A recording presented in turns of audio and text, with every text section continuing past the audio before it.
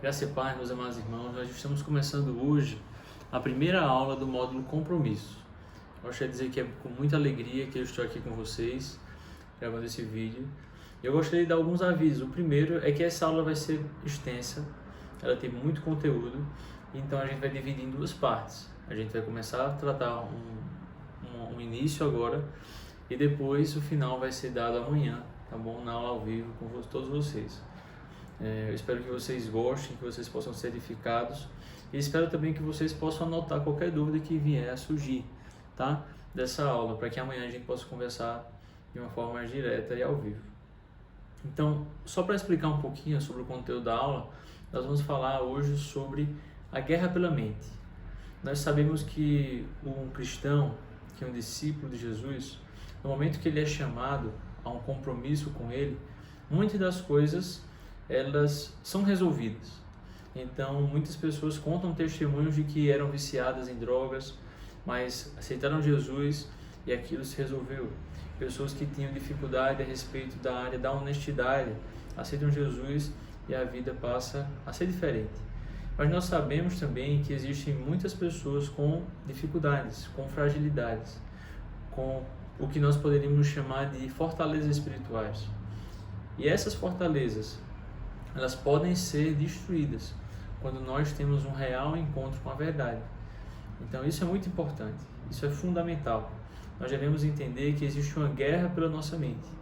A pessoa começa a caminhar com Jesus, mas existe o adversário, existe Satanás, os seus anjos, que são caídos e tentam destruir nossas vidas. A Bíblia fala que Satanás está como um leão feroz, buscando a quem possa tragar. Então, ele está ao nosso derredor, tentando nos destruir. E por conta disso, nós devemos estar com toda a armadura de Deus, conforme está em Efésios. Então, que nós possamos hoje entender um pouquinho, nessa introdução, a respeito disso. Eu estou com a apostila aqui em mãos, estou com o notebook também, que eu vou me guiar por alguns textos da Bíblia. Eu não vou pedir para dar o tempo para vocês ir abrir a Bíblia, mas vocês podem pausar esse vídeo, vocês podem olhar na Bíblia de vocês, podem ir acompanhando, fazer anotações, tá bom? E eu também não vou ficar simplesmente lendo a apostila. Eu espero que vocês estejam com ela em mãos, para que vocês possam acompanhar tudo na casa de vocês, tá bom? Mas só para deixar claro, no primeiro módulo a gente percebeu que a salvação é um fato. Depois que um verdadeiro discípulo ele crê em Jesus, ele se arrepende, ele passa agora a ser salvo, a ser escolhido, ele já era escolhido por Deus, e o que acontece na realidade é um processo gradual de santificação e aperfeiçoamento. A Bíblia fala que Jesus ele prometeu que aquele que começou a boa obra ele terminará, e assim nós cremos. Então é verdade que a salvação é um fato, que ela é imperdível, mas ela vai continuar no decorrer da caminhada. A pessoa vai ter a vida inteira para crescer espiritualmente e demonstrar os frutos do Espírito, os frutos dessa salvação que aconteceu. E Paulo, certa vez, ele escreveu na segunda carta a Timóteo, no capítulo 2, no versículo 25, o seguinte. Ele estava escrevendo a Timóteo a respeito de irmãos que estavam provocando dissensão no corpo.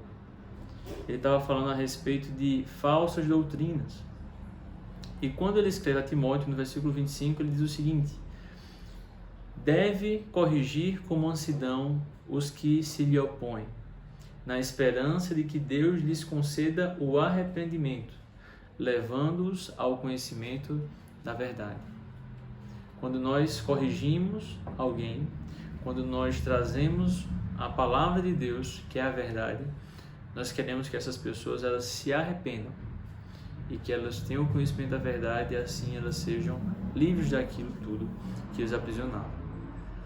Algo interessante que a apostila traz para nós, e que é uma realidade, é que tudo começa muitas vezes na infância. As pessoas elas têm uma vida que é construída com o passar dos anos, e quando a pessoa se converte, ela traz muitas vezes consigo todo aquele passado que deve ser colocado na cruz de Cristo. Muitas vezes durante a criação, quando a pessoa ainda é uma criança, que os pais, ao invés de educarem, ao invés de passarem ensinamentos que são edificantes, ensinarem as crianças a andar no caminho do Senhor, elas começam a criar pequenos mentirosos, Às vezes chega alguém em casa e o que é que o pai faz? Vai lá atender a porta e diga que eu não estou. Mentira. Muitas vezes as crianças elas aprendem vamos dizer assim, a pensar a respeito de si mesmo, coisas que elas não são. Escutam dos pais quando estão estressados, quando a criança não consegue aprender alguma coisa com facilidade e são logo xingadas: você não presta, você é burro, você é desobediente, você é bagunceiro. E tudo isso são palavras que deixam a criança para baixo. E muitas vezes essas consequências, esse tipo de comportamento, ele cresce, ele se torna maior e a pessoa se torna uma pessoa muitas vezes frustrada e não sabe por quê, se torna uma pessoa que não consegue aprender, bloqueia o seu raciocínio por conta disso também. Enfim, os traumas eles podem crescer no decorrer do tempo. E é importante vocês entenderem um segundo ponto, um segundo aspecto, que muitas vezes as pessoas elas vêm com inseguranças do passado, justamente a respeito de relacionamentos anteriores, namoros que não foram segundo a vontade de Deus ou não foram como deveriam ter acontecido, traumas emocionais, os mais diversos. Mas uma coisa que eu gostaria de deixar claro com vocês, que a apostila nos traz, é que tudo isso há uma solução, há uma esperança para todo aquele que vem ao encontro de Jesus. Nenhum problema, nenhum trauma, nenhuma fortaleza espiritual é grande demais que não possa ser destruída. A apostila diz assim: desde a infância os pais geram armas de derrota na mente dos seus filhos. Através de palavras, usam palavras de derrota. Falam: você não presta, é burro. Ensinam a criança a mentir, digam que não estou, como a gente acabou de falar. Lançam base de feitiçaria mediante consulta de horóscopo, adivinhação e consulta espiritual. Usam de agressividade, ameaças, palavra torpe, maledicência, dentre outros.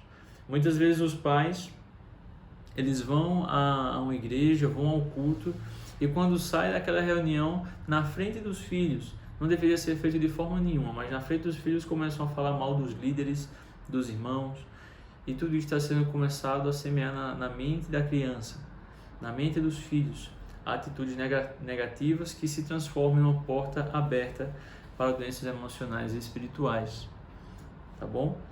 E obviamente que essa conduta é reprovável diante da presença do Senhor. E o que nós devemos saber é que depois que uma pessoa se converte, depois que ela chega num lar cristão, na família de Cristo, numa igreja no lar, ela precisa ter um encontro com Deus. O encontro com Deus é justamente o que faz com que tudo que é errado, tudo que é fora do prumo, ele se aprume. Tudo que está desviado seja endireitado. É justamente isso. Quando nós conhecemos a Deus e conhecemos a verdade de Deus, que nós temos a oportunidade, através de um feito sobrenatural de transformação da nossa vida. Eu gostaria de citar para vocês 2 exemplos aqui, de uma forma bem prática e rápida. Nós temos o exemplo na Bíblia da vida de Jacó. Jacó foi um homem conhecido como um trapaceiro, enganador, usurpador. Jacó ele roubou o direito de primogenitura do seu irmão. Então, aí a gente percebe através das escrituras que ele viveu uma vida que era superficial. Ele experimentou de várias formas tramas e traumas, até que finalmente, em um determinado dia, ele teve um encontro poderoso com o Senhor Jesus. E se você puder abrir sua Bíblia, eu gostaria que você abrisse lá em Gênesis, no capítulo 32, e no versículo 27 em diante, no capítulo 26, diz assim: então o homem disse: deixa-me ir, pois o dia já desponta. Esse homem era que estava lutando com Jacó.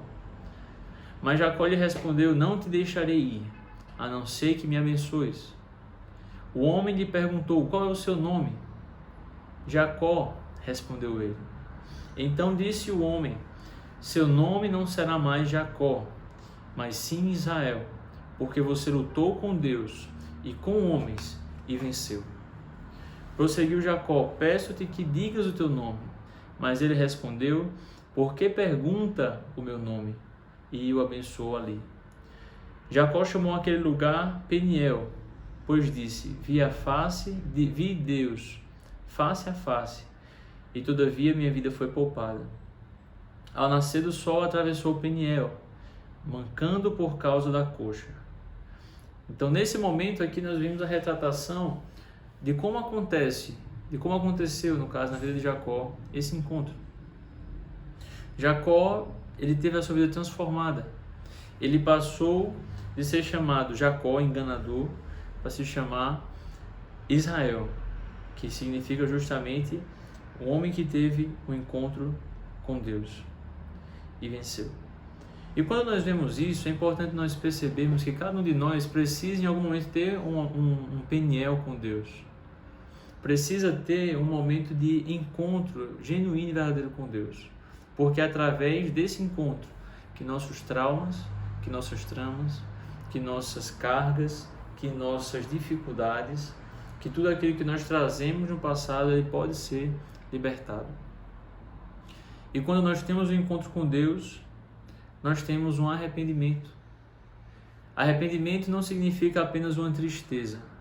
Arrependimento não é culpa. Arrependimento é quando uma pessoa encontra com Deus e logo vem a consciência ao pecado e ela percebe que o caminho que ela está trilhando é um caminho de morte. E ela passa outro caminho, ela dá meia volta e aí passa a trilhar um caminho agora de vida. Então arrependimento é isso. Se uma pessoa diz que se arrependeu e constantemente volta àquela mesma prática ou simplesmente depois do ato fica triste, isso não é arrependimento, isso é culpa. Arrependimento exige mudança. Um lugar não apenas de tristeza pelo pecado e arrependimento, mas é um lugar de confronto consigo mesmo. É um momento onde nós devemos reconhecer quem nós somos diante de Deus. Não apenas como Ele nos vê, como filhos amados, mas devemos nos perceber como pecadores. Paulo, no começo da jornada, ele diz que é o menor dos apóstolos. Depois, com mais maturidade, Paulo consegue se enxergar e ele se descreve como sendo o menor de todos os santos. E mais à frente ainda na caminhada, Paulo se reconhece não mais como o menor dos apóstolos ou como o menor dos santos, mas como o maior de todos os pecadores. O encontro com Deus faz com que nós comecemos a perceber que nós somos falhos, que nós somos indignos e que carecemos da graça de Deus. Não apenas isso, mas um lugar Peniel em nossa vida é um lugar onde nós devemos ouvir a voz do Senhor. Nós devemos ouvir o direcionamento de Deus para nossas vidas. Quando Paulo ele teve um encontro com Deus a caminho de Damasco, ele ouviu uma voz e aquela voz o instruiu a quem ele deveria ir pregar, que ele deveria ir para os gentios, que ele teria aquele chamado e que ele não deveria resistir, porque dura coisa é resistir aos aguilhões. Então Deus ele nos dá uma missão. Todos nós, depois que nos convertemos, depois que nós passamos a seguir Jesus, nós temos também uma missão. E tudo isso acontece diante do encontro com Deus. E algo que eu acho muito interessante é que muitas vezes as pessoas confundem o encontro com Deus, que é justamente isso que faz com que o Espírito vença a guerra pela nossa mente, como sendo algo emocional, mas não é. Uma pessoa que vai para um encontro de casais, que vai para um encontro de jovens, que participa de um show gospel, que participa de algum evento, enfim, no momento mais no ápice da pregação, com a música de fundo, ela se emociona, ela chora, naquele momento ela levanta a sua mão e diz que se arrependeu e que quer aceitar Jesus como Salvador da sua vida e reconhece dessa forma. Se depois desse momento ela não mudar, ela não se arrepender, simplesmente não significou nada. Por quê? Porque o encontro com Deus exige mudança, transformação. Quando eu estou falando com os jovens da comunidade, eles já ouviram certamente isso várias vezes, eu faço a seguinte pergunta, a seguinte comparação. Imagine que você está num encontro comigo aqui, eu estou conversando com você pessoalmente, chego atrasado e digo, olha, na verdade eu comecei esse vídeo aqui, eu comecei essa conversa com você um pouco atrasado porque eu estava na BR, o pneu do meu carro estourou eu caí ali naquele momento no chão para poder limpar, para poder trocar a roda do carro, mas acontece que a porca que fazia o pneu ficar preso escapuliu e foi para o meio da pista. E de repente, quando eu estava pegando aquele objeto ali, um caminhão veio e me acertou em cheio. Mas na verdade, tudo bem, consegui chegar aqui em paz. Graças a Deus, só melhorei um pouquinho minha roupa aqui. A pergunta que eu sempre faço depois de contar essa pequena história é a seguinte: o que é maior, Deus ou um caminhão? E a resposta óbvia poderia ser Deus, claramente. Mas como é que você consegue ter um encontro real e genuíno com a verdade, com Deus, e permanecer da mesma forma? Eu acredito que certamente se você se encontrasse frente a frente com um caminhão a 100 km por hora, você não permaneceria o mesmo. Quanto mais com Deus. Quando nós temos um real encontro com Deus, não é um osso que se quebra, não é um dedo que se machuca, ou um braço que se corta, não. Quando nós encontramos com Deus, nós morremos. Nós morremos para nós mesmos, para que nós possamos ressuscitar com Cristo. Porque a Bíblia fala que o mesmo Espírito, o mesmo poder que ressuscitou Jesus de entre os mortos, Ele nos ressuscitará também. E isso depende do encontro com Deus genuíno. Então, o encontro com Deus, o Peniel exige transformação, mudança. Outro exemplo rápido que eu poderia dar aqui é da vida de Davi. Davi era um homem que era, de certa forma, considerado, a Bíblia fala isso, que ele era um homem segundo o coração de Deus, mas Davi pecou, Davi errou, ele cometeu adultério, ele desejou a mulher do seu soldado Urias, e depois daquilo ele ainda mandou matá-lo, não diretamente, mas ele fez de tudo para que ele morresse, colocou na frente de batalha, onde certamente ele morreria. Davi ele conviveu com o pecado escondido, ele enfrentou o castigo e conheceu as formas mais duras de punição. Mas certa vez Davi teve um encontro com Deus e isso marcou sua vida. Ele escreveu o Salmo 51, depois leia na sua casa. Aquele momento ali, aquela descrição de Davi é a descrição de um homem que se arrepende, que se entrega nos pés do Senhor, não apenas de uma forma emocional, mas sabendo que ele se arrependia genuinamente do seu pecado e queria ser transformado por Deus. Depois você pode ler em casa. Só que existem alguns enganos na forma como as pessoas pensam essa batalha espiritual e essa luta pela mente. Antes de falar a respeito dos diferentes domínios do mundo espiritual, eu gostaria que você entendesse o seguinte. Gostaria que você entendesse que Paulo, ele escreve a carta aos Romanos, e quando Paulo escreve a carta aos Romanos, ele diz o seguinte, Romanos capítulo 8, versículo 5, porque os que são segundo a carne, inclinam-se para as coisas da carne, mas os que são segundo o Espírito, para as coisas do Espírito. Porque a inclinação da carne é morte, mas a inclinação do Espírito é vida e paz. Porquanto a inclinação da carne é inimizade contra Deus, pois não é sujeita à lei de Deus, nem em verdade o pode ser. Portanto, os que estão na carne não podem agradar a Deus. Vós, porém, não estáis na carne, mas no Espírito, se é que o Espírito de Deus habita em vós. Mas se alguém não tem o Espírito de Cristo, esse tal não é dele. Eu ia falar claramente, a inclinação da carne é amizade com Deus. Mas alguém que quer realmente ter um compromisso com Deus, ela precisa ter amizade com o Espírito. Porque quem da carne não pode agradar a Deus. A gente não pode servir a carne e ao Espírito ao mesmo tempo.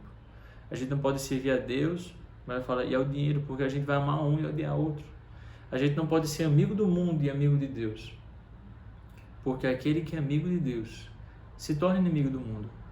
E aquele que é inimigo do mundo se torna amigo de Deus. Então, claramente, essa verdade ela deve tocar o nosso coração. Existe um outro texto que vocês poderiam abrir, que é a respeito de como acontece essa libertação. Lá em 1 João, no capítulo 1, versículo 9, diz, se confessarmos os nossos pecados, Ele é fiel e justo para perdoar os nossos pecados e nos purificar de toda a injustiça. É assim que acontece. Nós nos arrependemos, nós confessamos e nós deixamos. A luta pela nossa mente, ela é vencida pelo Espírito quando nós conseguimos deixar o que desagrada a Deus de lado. E percebam o seguinte, as pessoas pensam que simplesmente ela vai crer em Deus e não crer da forma correta, porque a Bíblia fala que aquele que crê em Deus, como diz as Escrituras, do seu interior fluirão rios de água viva. Então ela não crê dessa forma, mas ela crê que Deus existe. Assim como o diabo também sabe e crê que Deus existe. Mas não é essa crença que transforma. É a crença no que Deus é, no que Deus fez e no que Ele fará pela eternidade, o que Ele fez na nossa vida como Salvador. E lá em João, no capítulo 8, o texto diz assim: aquele que me enviou está comigo. João 8, 29. Ele não me deixou sozinho, pois sempre faço o que lhe agrada. Depois que Jesus disse essas palavras, o texto diz no versículo 30 que muitos creram nele. No 31 diz o seguinte: disse Jesus aos judeus que haviam crido nele. Jesus ele falou, muitos creram, muitos judeus creram nele. E Jesus está falando não para a multidão, mas ele está falando para aqueles que creram nele. E o que ele diz é: se vocês permanecerem firmes na palavra, verdadeiramente sereis meus discípulos. É necessário crer, mas Jesus diz: se você permanecer firme na palavra, se você permanecer firme nos meus mandamentos, em outras traduções. Então você crê, mas você permanece. Aquele que verdadeiramente crê, ele deve continuar, ele deve permanecer comprometido com Cristo. E quando isso acontece, nós verdadeiramente somos os discípulos de Jesus. E o texto continua: e conhecereis a verdade, e a verdade vos libertará. Percebam que é como se ele estivesse dando uma sequência. Ele termina uma afirmação e diz: e acontecerá tal coisa, e acontecerá mais essa coisa. Então ele disse: você creu, você permanece na minha palavra, você se torna meu discípulo, você conhece a verdade e a verdade consegue te libertar. E depois muitas pessoas não entenderam Jesus. E lhe responderam: somos descendentes de Abraão e nunca fomos escravos de ninguém. Como você pode dizer que seremos livres? Jesus respondeu: digo-lhes a verdade, todo aquele que vive pecando é escravo do pecado. Jesus respondeu: digo-lhes a verdade, todo aquele que vive pecando é escravo do pecado. Aí ele continua no caso, no 35, o escravo não tem lugar permanente na família, mas o filho permanece a ele para sempre. A pessoa pode até crer e ainda continuar como escravo. Na primeira oportunidade ela vai embora da casa, mas na verdade quem é filho permanece para sempre. E ele diz: portanto, se o Filho vos libertar, verdadeiramente sereis livres. De fato, vocês serão livres. Então, Jesus não liberta pela metade. Ele não liberta a pessoa de uma forma que seja temporária. Ele liberta e a pessoa se torna genuinamente livre. Isso acontece quando nós cremos em Jesus, quando nós permanecemos nele, na palavra, quando nós nos tornamos seus discípulos, que a sequência verdadeiramente serão meus discípulos, e então conhecereis a verdade vos libertará. Eu posso pontuar aqui de duas formas, duas interpretações. Claramente, isso não há dúvida que a verdade é Jesus. A verdade é a palavra de Jesus. Jesus é o caminho, a verdade e a vida. Jesus falou: santifica-os na verdade, a tua palavra é a verdade, quando ele falava com Deus em oração. Então, claramente, Jesus e a palavra dele são a verdade. Mas nós devemos entender também que cada um de nós existe uma particularidade em nós. A minha realidade é diferente da realidade da minha esposa, a respeito da nossa história, nossa vida, nossos traumas, nossas dificuldades, nossas falhas são diferentes. E nós conseguimos essa libertação quando nós conseguimos reconhecer também a verdade que temos em cada um de nós. Não de forma relativista, que cada um pode crer em uma coisa diferente. Não, não nesse sentido. Mas no sentido de que existe uma história em mim que eu preciso conhecer e que eu preciso mudar. Tá bom? E antes da gente finalizar, eu gostaria de falar só mais sobre um ponto aqui, muito importante. Muitíssimo importante. As pessoas às vezes se enganam a respeito da guerra contra a mente. As pessoas pensam que Satanás, ele é da mesma forma como desenharam na Idade Média, como desenharam no Inferno de Dante, como sendo um ser horripilante, vermelho, com chifre, com a cauda pontiaguda, com um tridente na mão. A representação que nós temos na Escritura não é essa. Nós vemos Satanás como sendo um anjo de luz, caído, obviamente, mas ele pode se transfigurar como um anjo de luz. Nós percebemos que Satanás ele é sutil, ele é ardiloso, ele é, de certa forma, muito inteligente para destruir a vida. Ele é expert em mentir, roubar, em matar, em destruir. E o que ele quer fazer é peneirar nossa fé, como ele desejou fazer com Pedro, e acabar com a nossa espiritualidade. E as pessoas pensam, e esse é o primeiro engano, que quando são convertidas, elas não podem mais estar, de certa forma, sujeitas a uma influência ou de uma atividade demoníaca. Isso é uma mentira. Como nós podemos perceber isso?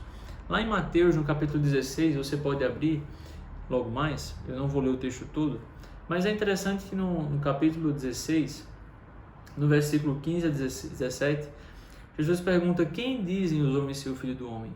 E as pessoas, os discípulos responderam: uns dizem que tu és Elias, outros João, outros dizem que tu és Jeremias ou um dos profetas. E depois Jesus pergunta: e vós, quem dizeis que eu sou? E Pedro, mais rápido que os outros, responde: tu és o Cristo, o Filho do Deus vivo. E Jesus disse: falasse bem, Pedro, e não foi carne e sangue quem te revelou, senão o meu Pai que está nos céus. E quando ele falou isso, claramente a gente percebe que houve uma influência de Deus na vida de Pedro, para que ele pudesse compreender a verdade espiritual de que Jesus é o Messias. Ele é, naquele momento ali, com os discípulos, a encarnação de Deus na terra, o Filho de Deus vivo. Só que logo em seguida, poucos instantes depois, Jesus ele fala a respeito de que deveria padecer e morrer, e Pedro vai corrigi-lo. E Pedro vai tentar persuadi-lo ao contrário, dizendo: não faças isso contigo mesmo, Senhor. A boca de Pedro falou, mas Jesus olhou para Pedro e disse: arreda de mim, Satanás, para trás de mim, Satanás. E claramente ele não estava falando isso para Pedro, e sim para Satanás. Ele disse: afaste de mim, Pedro. Mas ele estava falando para o inimigo que estava influenciando a vida de Pedro naquele momento. Então pode sim, se você der brecha, tem um texto claro que fala isso no Velho Testamento, você der brecha, se o muro tiver uma entrada, uma serpente pode entrar. Se a gente deixar um frasco, lá em Provérbios fala, um frasco de perfume aberto, e uma mosca cair ali dentro, ela contamina todo o perfume. E o segredo para não contaminar o perfume é tapar, não deixar a brecha, não deixar espaço para que o inimigo não possa entrar. Antes de finalizar, o segundo engano que é característico é que as pessoas pensam que a influência demoníaca só se evidencia no comportamento extremado ou no pecado grosseiro. Então o diabo age se alguém estiver caindo no chão, falando, gritando, se tiver mudança de voz, não. Nós percebemos lá em Gênesis 3 que o diabo ele se manifesta, ele engana as pessoas nas mínimas coisas. Foi ele que chegou para a mulher lá no jardim, em Gênesis 3, capítulo 1, diz assim: ora, a serpente era o mais astuto de todos os animais selvagens que o Senhor Deus tinha feito.